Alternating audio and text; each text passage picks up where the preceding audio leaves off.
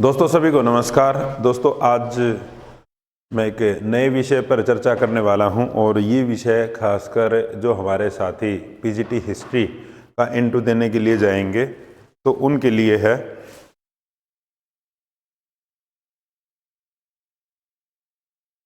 दोस्तों जैसा कि हम बार बार बात करते आए हैं कि अब एनईपी 2020 आगे चलकर इम्प्लीमेंट होगी और आपका जो विषय भी बच्चों को एनईपी 2020 के अकॉर्डिंग ही पढ़ाया जाएगा।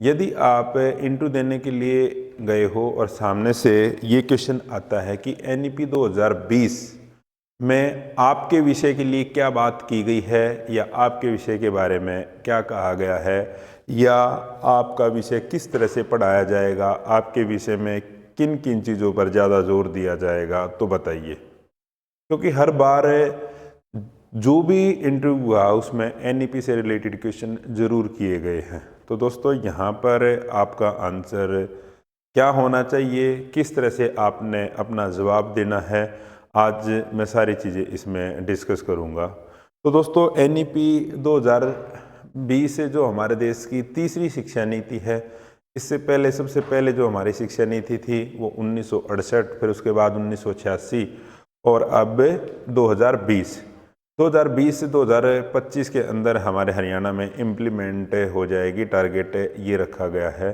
तो आपके विषय इतिहास के बारे में एनईपी 2020 क्या कहती है?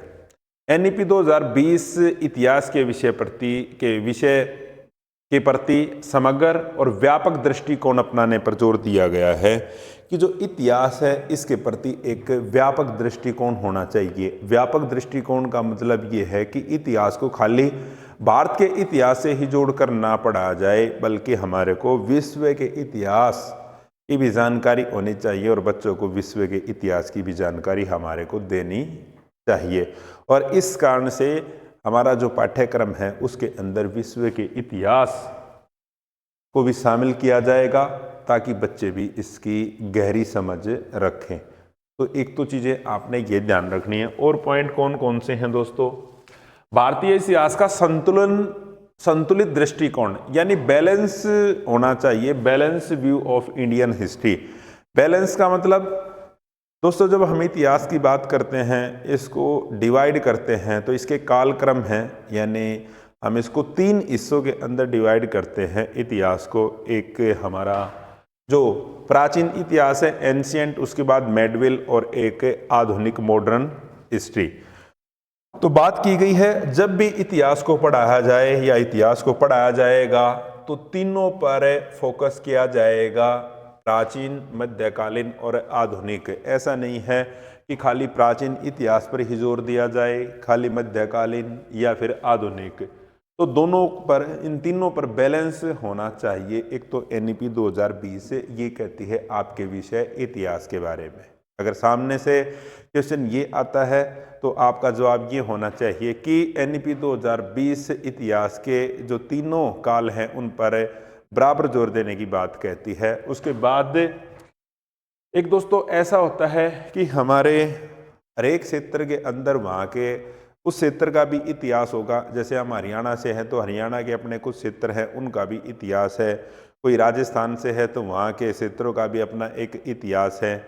तो वो भी वहाँ के पाठ्यक्रम के अंदर शामिल की जानी चाहिए। स्थानीय और क्षेत्रीय इतिहास को भी पाठ्यक्रम में शामिल किया जाएगा। ये बात बिल्कुल सही है, होनी भी चाहिए। अगर जिस क्षेत्र के अंदर हम रहते हैं वहाँ के इतिहास का ही हमें पता नहीं तो फिर इतिहास को पढ़ना व्यर्थ है। ठीक है, तो दोस्तों उस क्षेत्र का भी इतिहास पाठ्यक्रम के अंदर शामिल किया जाएगा। उसके बाद है मल्टी पर्सपेक्टिव अप्रोच, बहुपरिप्रेक्ष्य दृष्टिकोण।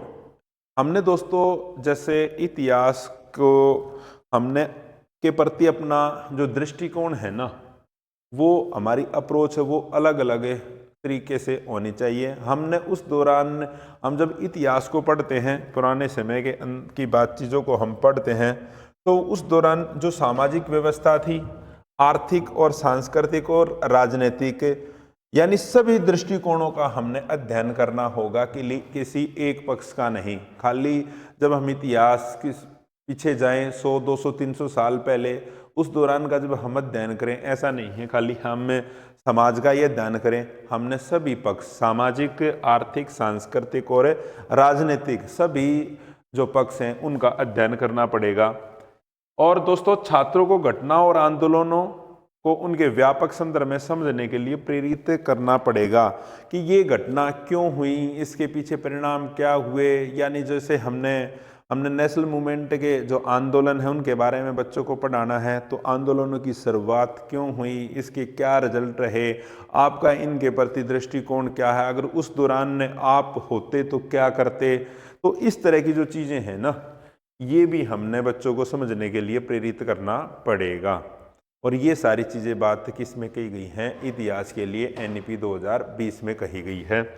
उसके बाद इंक्लूसिवनेस, देखो, समग्रता और विविधता। पाठ्यक्रम में भारतीय संस्कृति, परंपराओं, भाषा और विभिन्न सभ्यताओं की समृद्ध विरासत पर ध्यान केंद्रित किया जाएगा। ठीक है। उसके बाद भारत की विविधता और एकता को समझने पर जोर दिया जाएगा। दोस्तों, जब हम इतिहास को पढ़ेंगे, ऐसा नहीं है कि खाली हम उत्तर भारत के अंदर जो घटना घटी उनको पढ़ेंगे या खाली किसी एक समुदाय के बारे में पढ़ेंगे। हम दोस्तों, भारत विभिन्न भाषाओं, समुदायों का जो देश है, तो जब हम इतिहास का अध्ययन करेंगे तो एनईपी कहती है कि जो विविधता है हमारे देश की, जो हमारे देश का अलग अलग समाजों का अलग अलग चीज़ें हैं, जो इतिहास है, उन सभी को हमने बराबर महत्व देना पड़ेगा, उनको समझना पड़ेगा। एनईपी 2020 से ये कहती है। उसके बाद वैश्विक दृष्टिकोण, ग्लोबल अप्रोच होनी चाहिए, हमारा पर्सपेक्टिव होना चाहिए। यानी भारत के इतिहास के साथ साथ हमारे को विश्व के इतिहास को भी पढ़ना बहुत जरूरी है, ताकि विश्व के साथ भी भारत के इतिहास को जोड़ा जा सके और भारत के बच्चों की जो समझ है एक दायरे से निकलकर वो और ज़्यादा विकसित हो। तो इसलिए आगे चलकर जो पाठ्यक्रम है उनके अंदर वर्ल्ड हिस्ट्री, विश्व का इतिहास है, उस पर भी बराबर महत्व दिया जाएगा। तो एनईपी 2020 से यही कहती है। उसके बाद तो दोस्तों, इस तरह की जो चीज़ें हैं एनईपी जो हिस्ट्री के बारे में कहती हैं, उनको आपने और अच्छी तरह से समझना है, हमारे साथ डिस्कस करना है। तो दोस्तों, ये तो मैंने आपको मोटी मोटी चीज़ें बताई हैं, ठीक है। थोड़ी ही और बहुत गहन से आपने इसके बारे में डिस्कस करना है। आपका इंटरव्यू आ चुकी है, डेट लगभग 12-13 दिन का समय है आपके पास। और दोस्तों, इस बहम में मत रहना कि मेरे को तो सब्जेक्ट सारा आता है, अच्छी तरह से सारी चीज़ें मेरे को तो आती हैं, आती तो हैं, लेकिन वहाँ पर आप बताओगे किस तरह से, ये चीज़ मैटर करेगी। हो सकता है जो तैयारी करके जाएगा वो 9 नंबर भी ले जाए, जो इस भरोसे बैठे रहेगा वो तैयारी नहीं करके जाएगा, आती तो सारी चीज़ें लेकिन मॉक इंटरव्यू नहीं करेगा, चीज़ों को डिस्कस नहीं करेगा, तो वो 4 नंबर पे भी रह सकता है। तो दोस्तों, आपने पूरी तैयारी के साथ जाना है। तो दोस्तों, इससे आगे की अगर आपको चीज़ें करनी है अच्छी तरह से, तो गूगल प्ले स्टोर से आप हमारी ऐप एडू चाणक्य डाउनलोड कीजिए और आप हमसे जुड़िए। आपके मॉक इंटरव्यू होंगे, ऑनलाइन आइए, ऑफलाइन आइए, और 9996406888 पर आप कॉल भी कर सकते हो। उसके बाद दोस्तों, आगे चलते हैं हम